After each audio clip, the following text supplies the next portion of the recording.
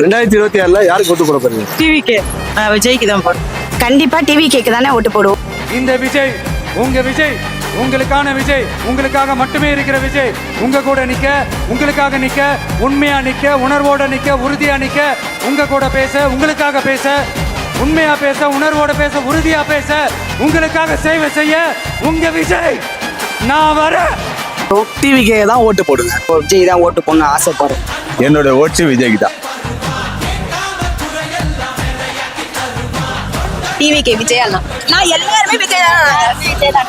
மூணு பேர் நாம் எல்லாரும் ஒண்ணுதான், உறவுதான். நமக்கு இடையே எந்த அரசியலும் உள்ள நுழையவே முடியாது. என்கிட்ட இருந்து உங்களையும், உங்ககிட்ட இருந்து என்னையும் எந்த சக்தியாலும் பிரிக்கவே முடியாது. டிவிக்கு தாங்க போடுவேன். 2026 யாருக்கு ஓட்டு போட போறீங்க? விஜய்க்கு தான், வேற யாரும் போட மாட்டேங்குது. விஜய்க்கு தான் ஓட்டு போவேன். விஜய்க்கு என் ஓட்டு டிவிக்கு விஜய்க்கு தான். விஜய்க்கு தான் போடலான்னு இருக்கேன். ஒரு மாற்றம் வரணும், அதனால சொல்லி டிவி விஜய்க்கு தான் ஓட்டு போடும். யாருக்கு ஓட்டு போட போறீங்க? எங்களுக்கு மனசுக்கு பிடிச்சவங்களுக்கு போட போறோம். அது நீங்க விஜய் எங்க வீட்டுல ஒரு பிள்ளையா நாங்க தேர்ந்தெடுக்கோம். எப்பயோ தேர்ந்தெடுத்துட்டோம், இன்னைக்கு இல்ல, எப்பயோ தேர்ந்தெடுத்தோம். எல்லாரும் கட்சி ஆரம்பிச்சதுக்கு அப்புறம் தான் ஒவ்வொரு வீட்டுக்குள்ளேயும் போறதுக்கு ட்ரை பண்ணுவாங்க. ஆனா நாங்க அப்படி இல்லை. ஒவ்வொரு வீட்டுக்குள்ளேயும் போனதுக்கு அப்புறம் தான் கட்சியாவே ஆரம்பிச்சிருக்கிறோம். மக்கள் தானே மன்னர்களை உனக்கு கட்ட வரனா.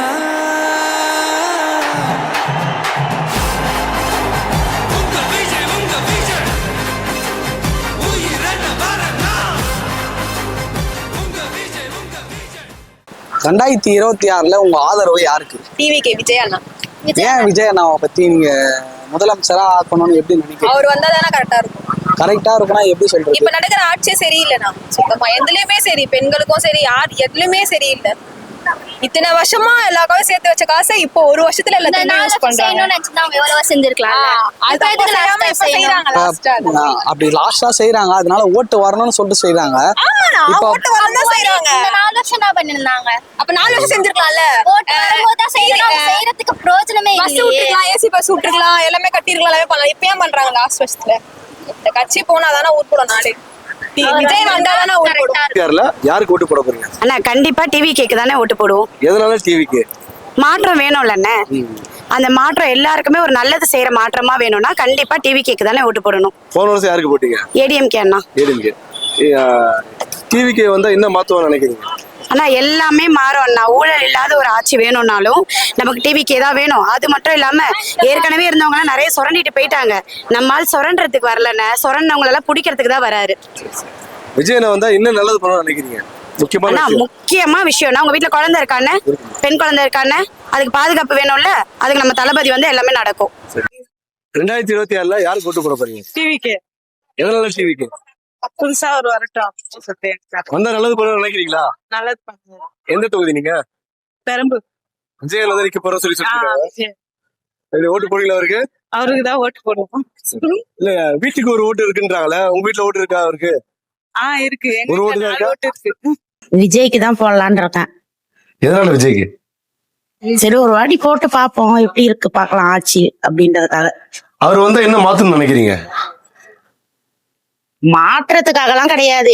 அவர் வந்தா எப்படி இருக்குதுன்னு பாத்துட்டு அடுத்த வாட்டி வரும்போதும் அப்படியே பண்ண. இப்ப எவ்வளவு பிரச்சனைங்க இருக்குதா, சரி அவர் தீர்த்து வைக்கிறேன்னு சொல்றாரு.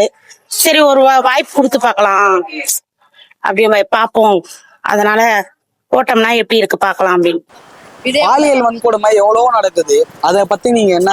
அவங்க அதெல்லாம் எடுக்க மாட்டாங்கன்னா, டைவர்ஸ் கேஸ் வந்துச்சுன்னா அதை எடுத்து பெருசா பிரபலம் பண்ணி போடுவாங்க.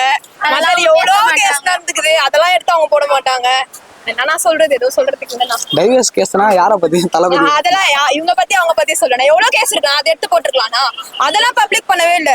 அவங்க பர்சனல் விஷயத்துல வந்து எவ்வளவு பேச ப்ராப்ளம் பண்ணி அது என்னமோ தளபதி ஊர்ல யாரோ பண்ணாத மாதிரி அவர் பண்ணிட்ட மாதிரி அவர் அவ்வளவு பேசி அவங்கள பத்தி பேசினா நிறைய பேசலாம். யாரும் ஒழுங்கு இல்ல. பத்தி பேசினா எவ்வளவு கட்டல. நீங்களே சொல்லுங்க, யாரும் ஒழுங்கு இல்ல. அப்ப அவரை பத்தி பேசக்கூடாது. நம்ம கரெக்டா இருக்குமா நம்ம பாக்கணும் ஃபர்ஸ்ட். அப்புறம் கரெக்டா இருக்கு. அவர் தப்பு பண்ணிருந்தா அவரை பத்தி பேசலாம்.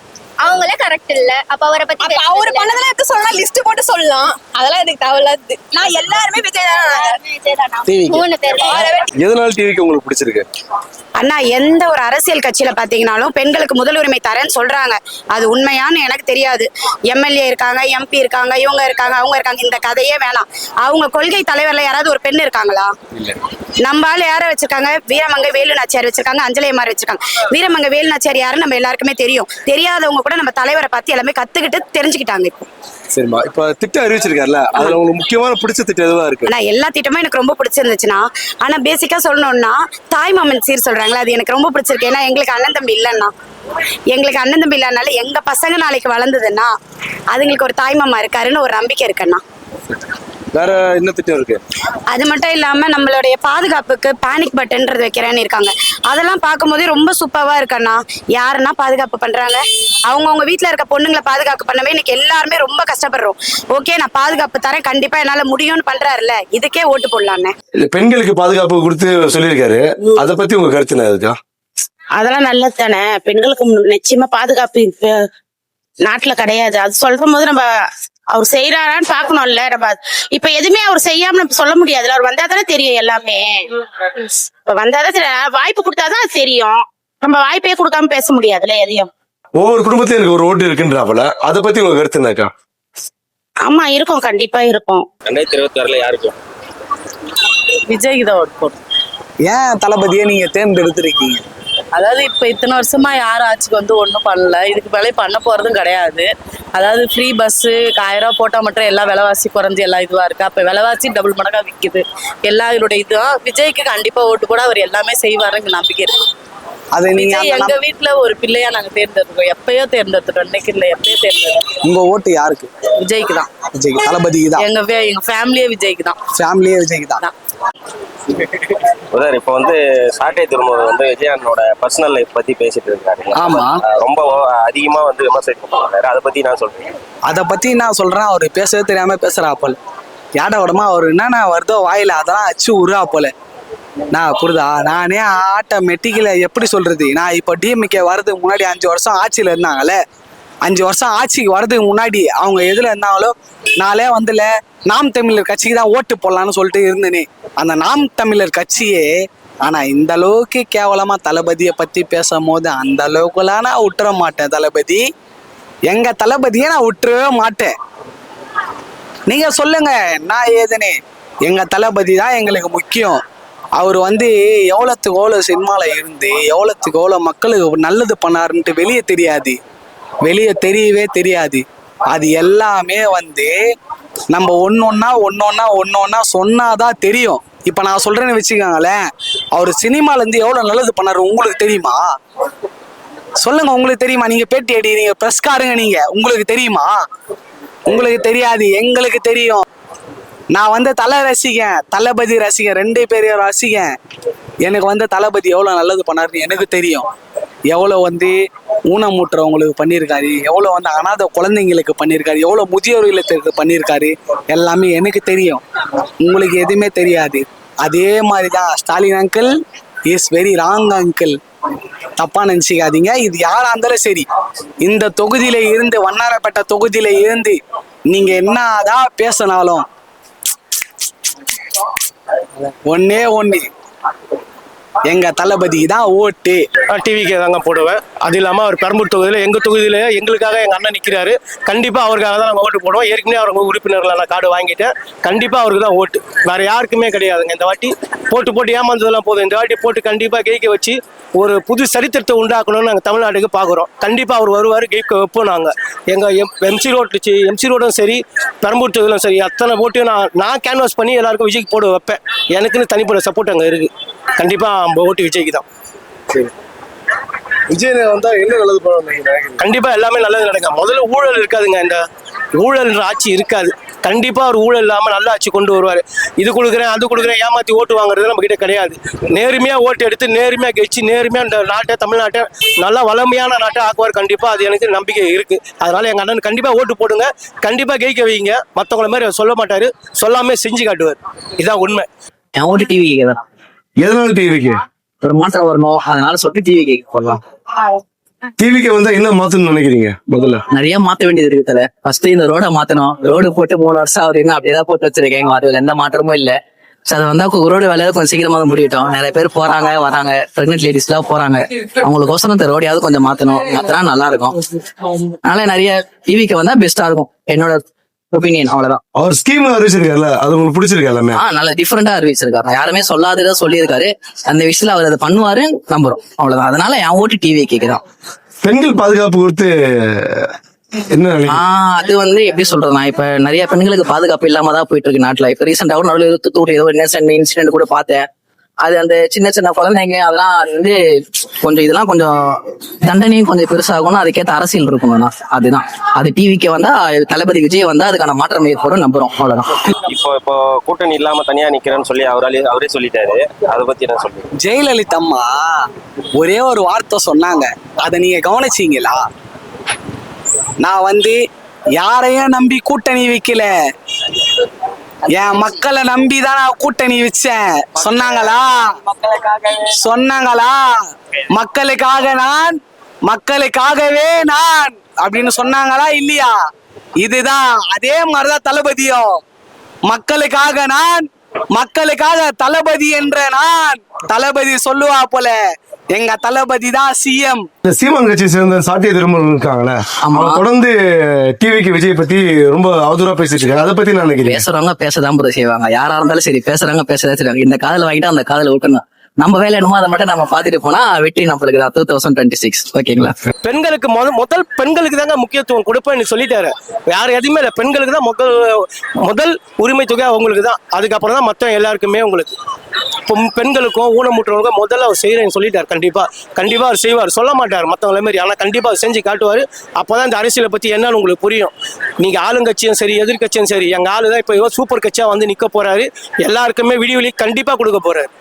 அவரு கொள்கை தெரியல, அவரு கோட்பாடு தெரியலன்றாங்க. அதை பத்தி அதெல்லாம் அரசியல்ல வந்தோன்னா அவர்கிட்ட இருந்து எல்லாமே கொள்கையும் கோட்பாடும் கத்துக்க வச்சுப்பாரு. அந்த அளவுக்கு அவருக்கு எல்லாமே தெரியும். அவருக்கு எவ்வளவு ப்ரெஷர் கொடுத்தாரோ அவர் தான் சொல்றாரு, என் ப்ரெஷரை நான் பாத்துக்கிறேன், உங்க வேலையை நீங்க கரெக்டா கவனிங்கன்றாரு. அந்த மாதிரி அவர் கண்டிப்பா அவர் உள்ள வந்துட்டாருன்னா கண்டிப்பா கழிச்சு எல்லாதே பண்ணுவாரு. எல்லாருக்கும் நல்லதே நடக்கும்.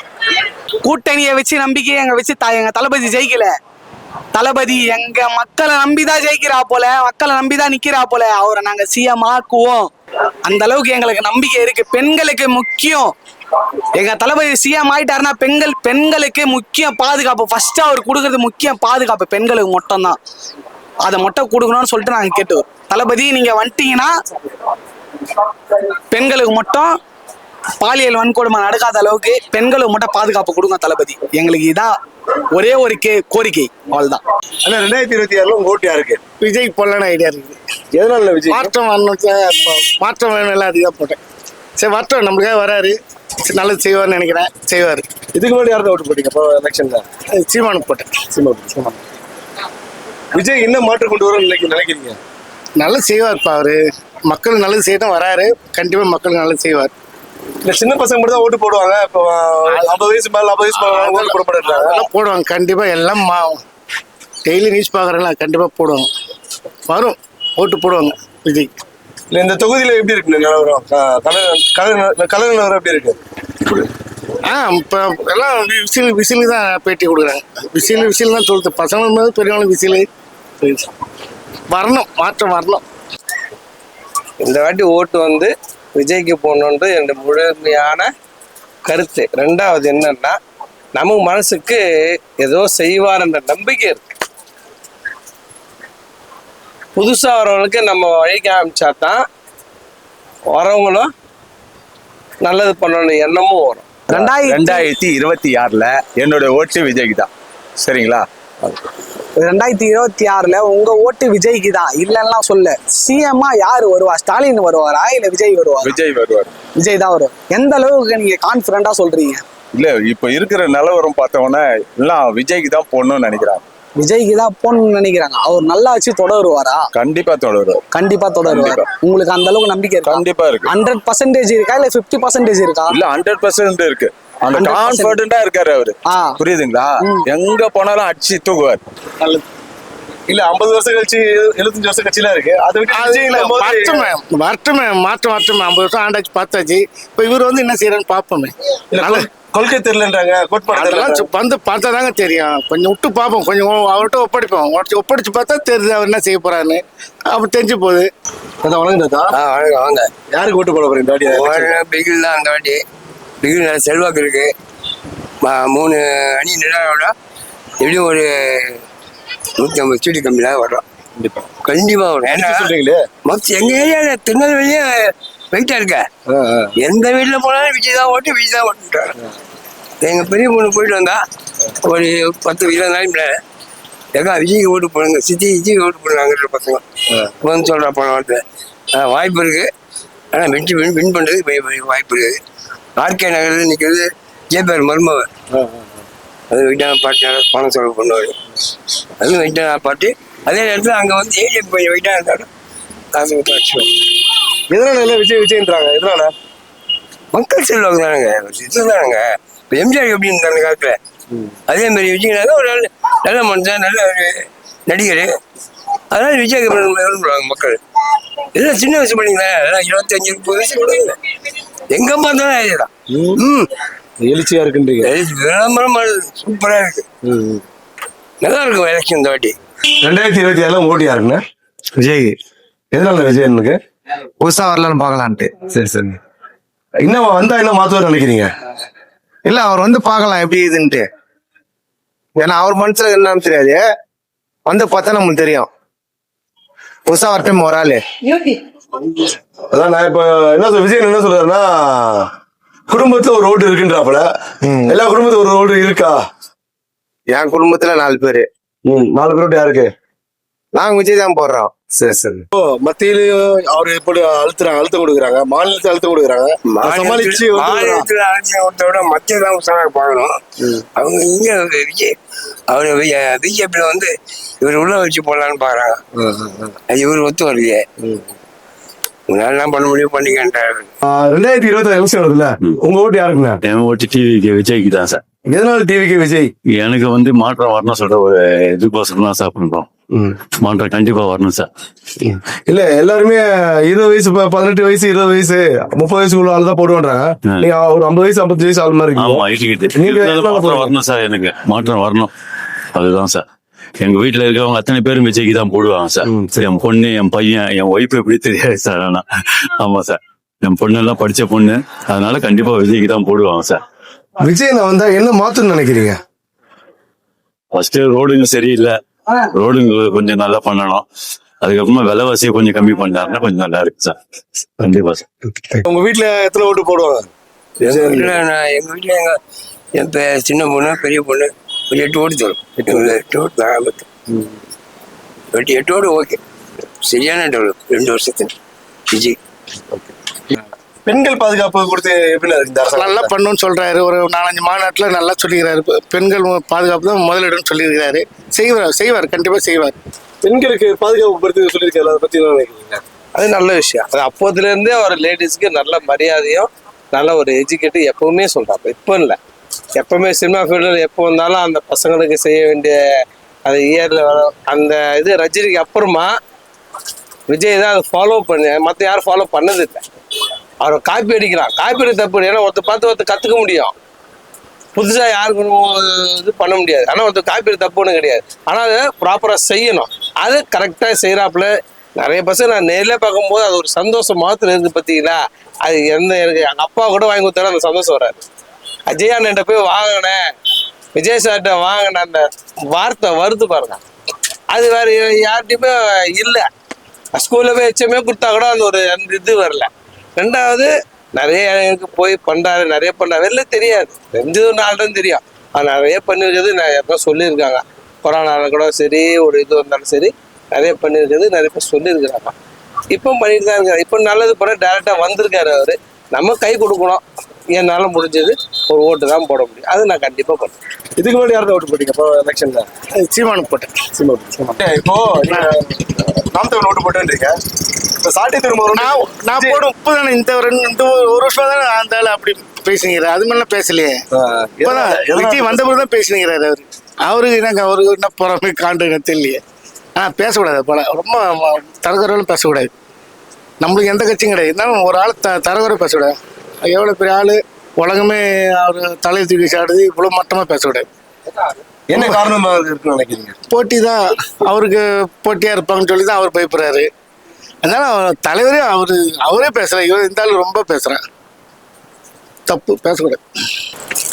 ஆனால் விஜய் தொடர்ந்து ஆளுங்கட்சியும் சரி, மத்திய ஆளுங்கட்சியும் சரி, மாநிலத்து ஆளுங்கட்சியும் சரி, ரொம்ப தொடர்ந்து அழுத்தம் தராங்க. அது எப்படி சமாளிக்கிறதா நினைக்கிறீங்க? ஒருத்தர் எந்திரிக்கணும்னா வரான்னா அவனை கவுக்கிறதுக்கு நம்ம எல்லா வேலையும் பார்க்கணும், அதுதான் பண்றாங்க. ஆனா இது எல்லாம் தாண்டி வரணும். இது தாண்டி வந்தா தெளிவாயிடுவேன். கஷ்டம் வந்தாதான், குழப்பம்னு வந்தாதான் தீர்வு கிடைக்கும். குழப்பம் இல்லைன்னா தீர்வு கிடைக்காது. யார் என்னன்னா பண்ணிட்டு போட்டு நம்ம வேலை நம்ம பாட செஞ்சுக்கிட்டே இருக்கக்கூடாது. அது முடிவு வரும்போது தெரிஞ்சிருக்கு, அவ்வளவுதான். குடும்பத்துல ஒரு ஓட்டு இருக்குன்றாங்க, உங்க குடும்பத்துல எப்படின்னு இருக்கு? என் ஓட்டு 4 ஓட்டு இருக்கு. 4 ஓட்டு இருக்கு. நம்ம என்ன பண்ணுவோம், என் குடும்பம் போடும், அவ்வளவுதான். மக்கள் தானே மன்னர்களே உனக்கு காட்ட வரனா